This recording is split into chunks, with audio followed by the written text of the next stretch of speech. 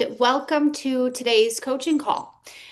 This is all about MedSpa Surge. Oh my goodness. How to execute a profitable sales event and how to be operationally prepared and making sure that it's treated as a sales event and not just a fun event where you get to schmooze everybody in town. We are looking to make this a profitable event. My name is MJ Clements. I am a senior operations consultant here at Diamond Accelerator. And, in today's call, Julie and I are going to be walking you through how to operationally prepare and execute a seamless revenue driving event. And you guys, it goes without saying, it is January, and you know what that means. It is the new year, new me crew that is in full effect. So in our industry, our health and wellness, peptides and hormones, weight loss, those are, cool sculpting, M sculpt, our body sculpting, our body toning. Those are the events that are really prevalent in January and February. So you'll be hearing Julie and I talk a lot about that today. And again, you guys have had the pleasure of meeting Julie in the past, but if you are new to us, I always joke around that Julie is my work wife. She is my partner in crime. Her and I work very, very closely with each other on the clients that we share. She handles all the things on the marketing side. She's a marketing wizard. She will make sure that there are butts and seats for you. And I handle everything on the operations side. So together, Julie and I have a proven track record. We can rinse and repeat as long as, we have some action takers on both sides of generating up to $175,000 in event revenue in a single day. And I actually think for this Black Friday, Julie and I were able to beat that record. So we'll talk a little bit about that today as well. So you're getting both sides of the equation, how to plan an event and how to execute it, and how to make sure the room is packed with patients that are ready to say yes and make these purchases without hesitation. So not people who are just coming to enjoy the catering that you have, or maybe learning about some services, drinking the champagne and leaving. We are going to get butts and seats in your practice that are ready to say yes. Now, Julie, I get the pleasure of seeing you shine every single day. So I would love if you could take a moment to introduce yourself. And I really encourage you, please do not hold back. I want you to brag about yourself. So we'd love to get to know you a little bit. Yeah. Well, thank you so much for that. I think what makes us such a strong team is when operations and marketing come together. We have seen that the results are undeniable. We've seen practices generate six-figure days from a single event, and you said it yourself. We have such an amazing strategy that we work with, and we've implemented it. And I mean, just this past holiday season, I had a client do her second event ever, her first event with us, and she doubled her revenue at her event the first time we did an event together. So we're already starting to work on planning her next event. I'm super excited for it. So I'm Julie Dunkirk, Senior Marketing Consultant at Diamond Accelerator, and event marketing is one of my favorite strategies to scale quickly. And I also guide practices in building consistent year-round growth, converting leads into loyal patients, optimizing ad performance, streamlining systems so no opportunity slips through the cracks. And I'm excited for us to share these strategies with you today and show you how our marketing and operations sides work hand in hand. Yeah.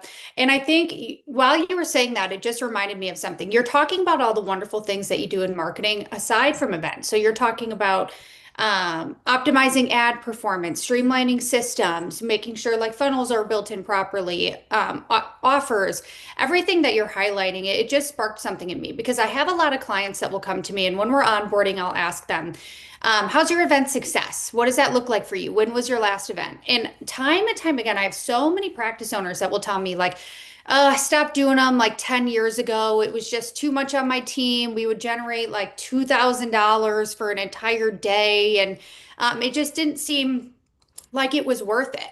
And I want to talk about why these events really, really matter. And again, we get access to really top performers, best in class med spas that were able to reach those heights. So our industry benchmarks are really, really solid. So events are one of the highest ROI strategies for patient engagement. Events are going to very quickly build trust, drive same day revenue, strengthen long-term loyalty.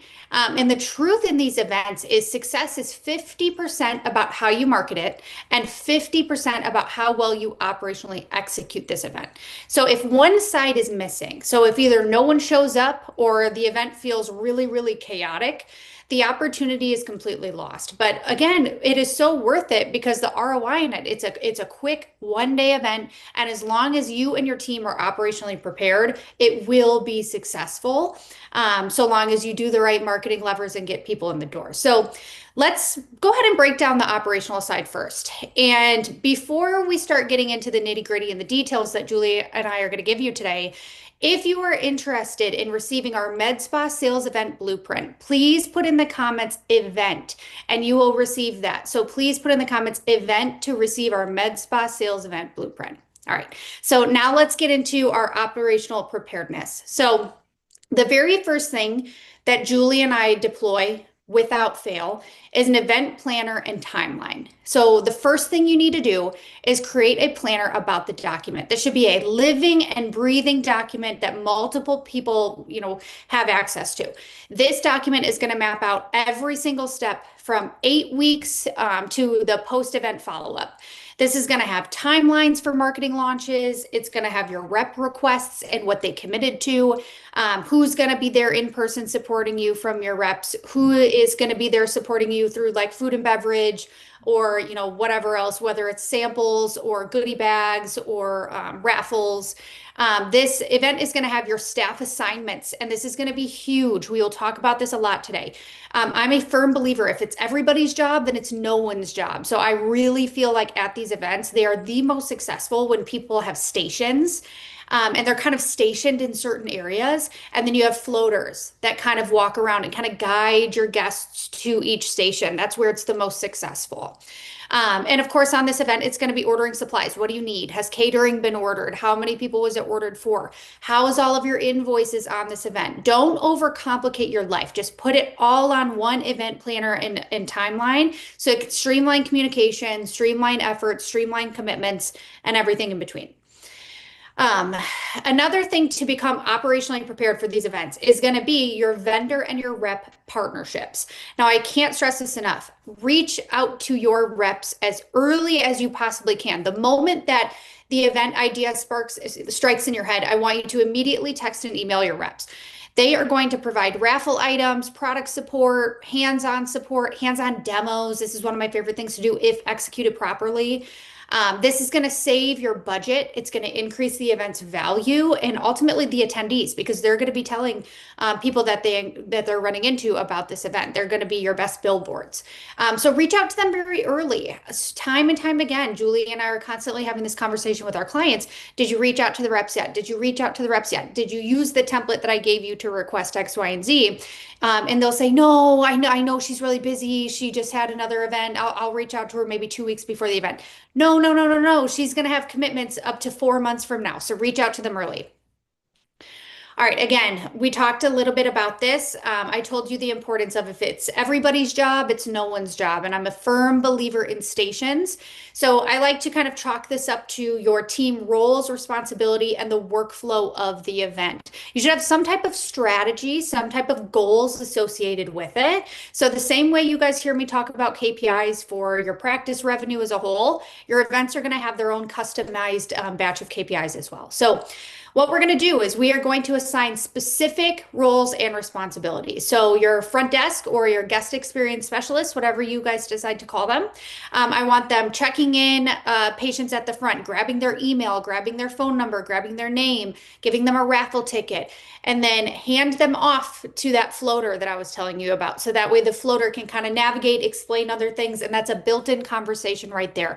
How many times have you guys gone to an event, whether it's a sales event, whether it's even a wedding, a birthday party, and you kind of walk in and the entire flow of the event just there's no obvious flow.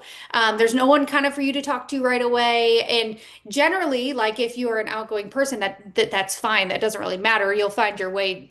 But there's such a wonderful piece of not having to worry about that. So I like to go ahead and plant a floater where right when you see the raffle ticket is handed, Then we're going to do a handoff. The front desk is very professionally going to say, maybe your floater's name is Sarah. Sarah, this is Becky. Becky is the most interested in X, Y, and Z because our front desk is collecting this information. Becky, enjoy the afternoon. Again, just a reminder, our raffle is going to be tomorrow on Instagram, whatever, whatever. So that is such a beautiful handoff. She never has to think about like, oh, where should I start next?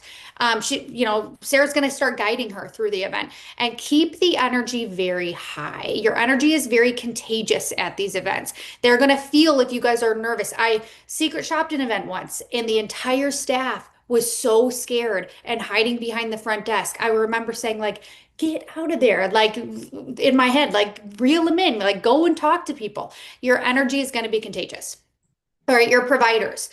I do not love providers performing consultations back in a room. I don't want them to be jam-packed back in a room. I don't think that's their highest leverage move. I think your provider's highest leverage move is moving through the event. Maybe they're a floater, maybe they are stationed somewhere, and we have some type of engagement tactic, which we'll get to later in today's call. But don't have them trapped back there with one patient. I like demos. I mentioned this earlier. If it is executed properly, it has to be executed properly in order for me to sign off on a demo. Usually, I like pre-recorded demos that are shown on TVs. But we'll get to the nitty gritty in that a little bit later. Maybe some very quick treatments if we're doing like maybe some hand hydrofacials as a part of the event flow. These aren't private treatments in the back, it's just sample treatments. I love those. So your providers have them talk about what they love and what they know best. Leadership. So they are going to be responsible for keeping the flow organized, making sure that our floaters are where they need to be, making sure that they're tapping their team out to take breaks. They need to go in the back and have a water break, an energy drink break, whatever they need to do, making sure that the entire flow is organized and stepping in where needed. A lot of times where I will send my leadership to kind of step in is where I see a line starts forming towards the back of the door. That's when I send in my managers, my regionals to go ahead and go grab your iPad and start checking people out down the line. And then support staff. So they're going to be assisting in handling payments, like we just talked about, booking follow-ups, managing traffic flow, and everything in between. So those are just a few examples of some team roles and responsibilities that it's absolutely crucial that you assign ahead of time. Now, two more points here to become operationally prepared. One is going to be our engagement strategies. You have got to plan how you're going to keep guests engaged. One of Julie and I's favorite things to execute is a passport system. It's really cute. It's something that we make here. It looks like a little passport. And it's a good way to force the flow. So essentially, if you go and you talk to every rep and every team member, they're going to sign your passport. And then if you get all of the signatures, you get an additional raffle item. That is a great way to kind of force engagement, force these conversations while making it fun. I've done a scavenger hunt, which was awesome. Any type of engagement. I've done bingo. And I want you to think like live demos, raffle drawings, patient testimonials, a treatment station where we're talking, anything where you can plan the engagement is really, really crucial. I hate when I go to an event and I just see everyone kind of sitting there with their arms crossed or they're eating off their plate. Like, have some engagement, have a photo booth, have the passport, have some movement in the room. Okay, last operational preparedness tip from, before the event, how to plan for it is really just ultimately your best practices. So build an event day run sheet, and I want it to be by the hour by hour. Who is responsible for what? And I want you to practice this workflow the day before. And finally, I want to make sure that you have your follow-up process defined. You will hear me say this a lot if you're a client of mine. The fortune is in the follow-up. So I want you to clearly assign those roles, talk about what your follow-up process is going to look like afterwards for maybe people who did not purchase, who did purchase, and everything in between. Again, the fortune is in the follow-up, so you cannot miss this step. Now I'm going to hand it off to Julie, and then here pretty shortly, we're going to start talking about how crucial it is to make sure your team understands the promotions, they understand the sales that are going on, they understand how to check people out. So Julie, go ahead and walk us through your favorite marketing tactics. Yeah. Well, I love how you broke down the operational side because success is really 50-50. If you've got the logistics but no marketing, you don't have anyone that shows up. If you've got the marketing but no structure, the event feels chaotic. So let's talk about how to fill the room and keep the buzz going before and after the event. So MJ mentioned having the event planner and timeline. And from the marketing side, that's where everything starts. So you want all of the details finalized a minimum of 8 weeks prior to your event. We want to have attendance incentives, the event only promos, the vendors, the raffles, everything planned out so we can build the ads and prep social media and, schedule out all of your emails and text blasts and all of the things to really start building up that RSVP list. Split campaigns into VIPs. So, send a text blast or an invite to your VIP list with a more exclusive invite with maybe some additional perks to your VIP guests, and then sending out a message to a general list through emails and texts as well.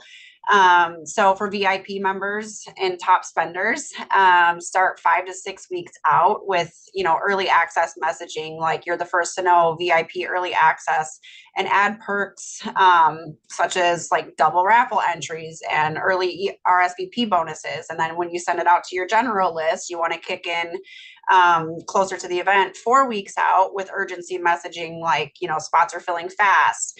The biggest piece we want to do is your paid ads. So I recommend launching paid ads at least 3 weeks out. And these are great for capturing new faces who aren't already on your list. It keeps, you want to keep them simple, eye catching, and highlight everything that's going to be happening at your event to build that excitement. With the event only specials, the event attendance incentives, and the raffles. You want to add pop-ups on your website. So that way we get with the direct link to your landing page. So, with our strategy, we take your landing page and we make that your main source of tracking RSVPs. So all of your RSVPs land in one place. And then from there, every person that RSVPs will get an immediate confirmation message letting them know that they're confirmed. Then they get their reminders leading up to event, 1 week before the event, 3 days before the event, the day before the event, and the day of the event. So doing everything you can to really keep the momentum going is the biggest piece.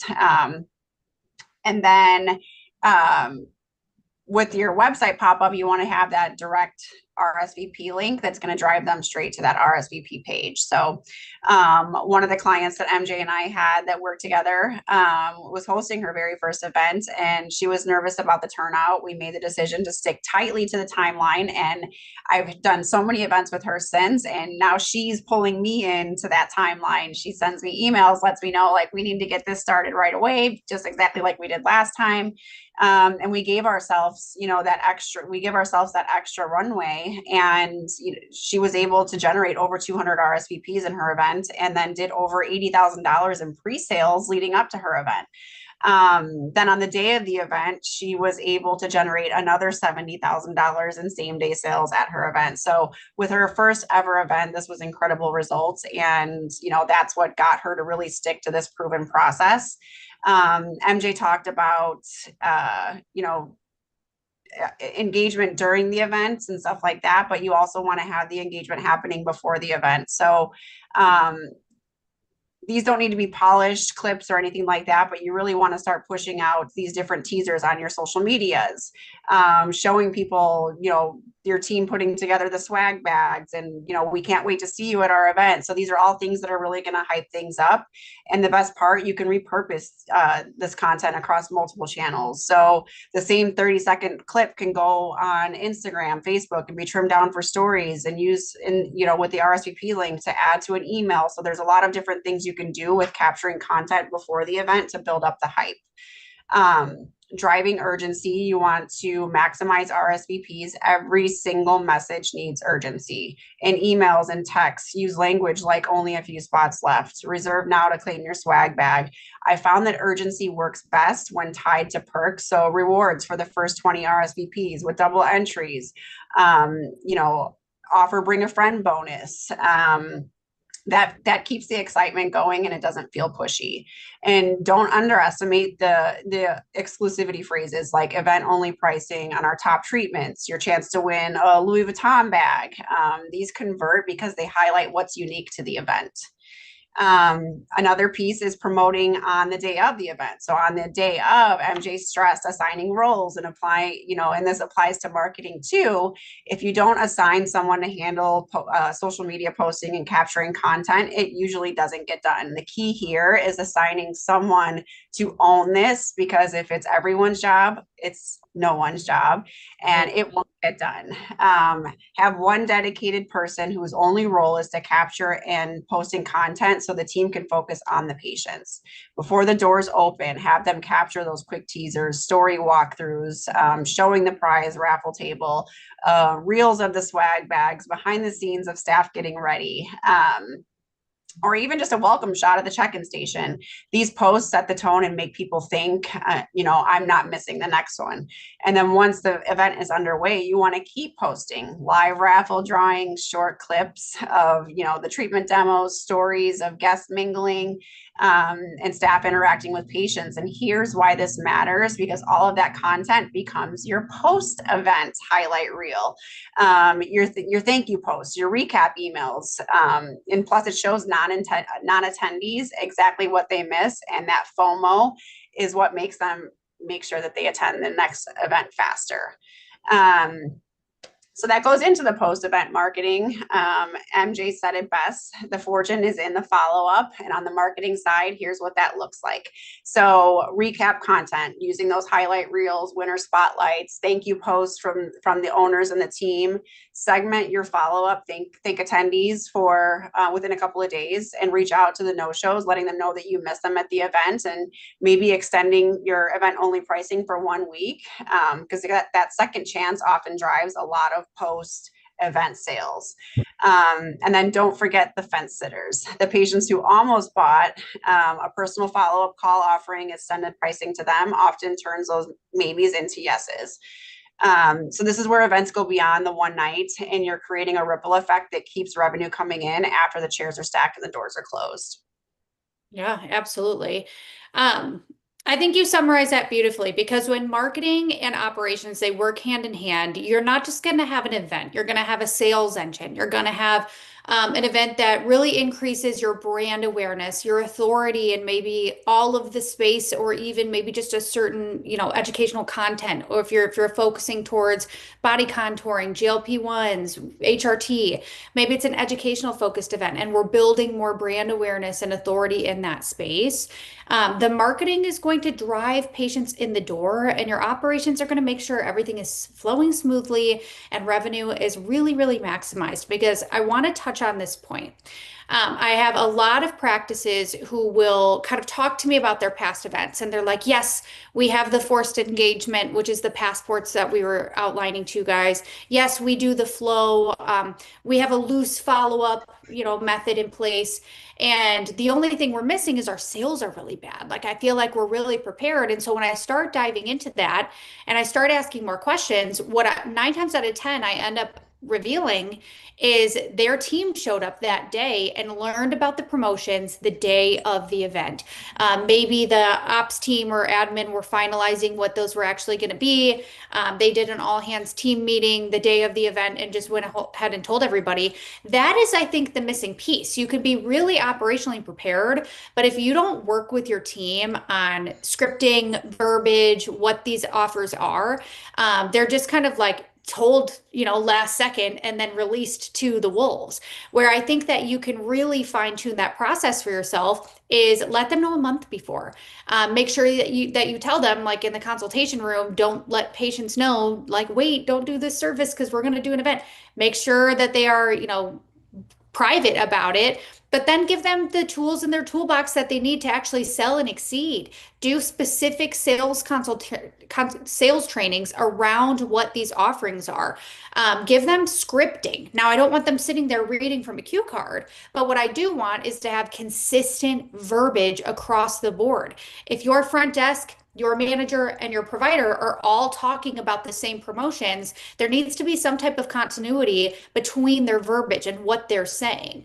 It's really crucial that, when you're explaining memberships, for example, you're explaining them with the same verbiage, you're explaining them in the same way. When patients hear information and they're hearing it all jumbled from four different people, that gives them that decision fatigue that we're trying to avoid. So set your team up for success. Make sure they're operationally prepared. You've got your event planner, you've talked to your reps early, your marketing is solid. Then you have that final cherry on top and you give them sales training based on the offerings that you have that day.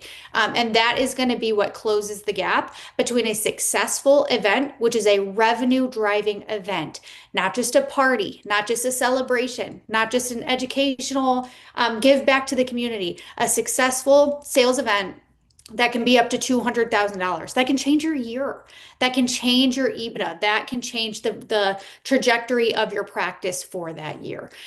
So please, please, please keep that in mind. Yeah, you said it great. When you promote well and deliver consistency, amazing results, your guests will become your biggest ambassadors. And that's how events compound their value.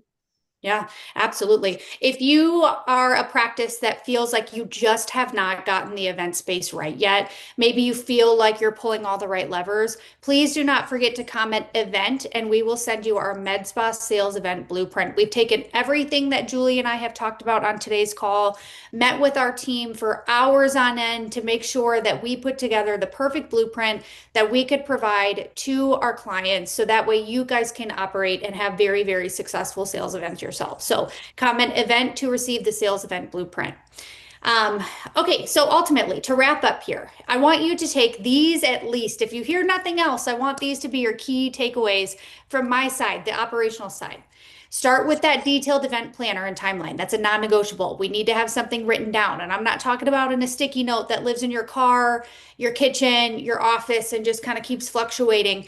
I want this to be a detailed living and breathing document that everyone can have access to.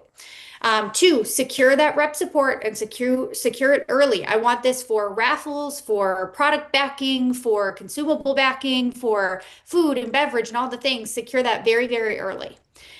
Three, assign those clear roles. Remember, you've heard it from me, you've heard it from Julie, and I want you guys to start screaming this from the rooftops.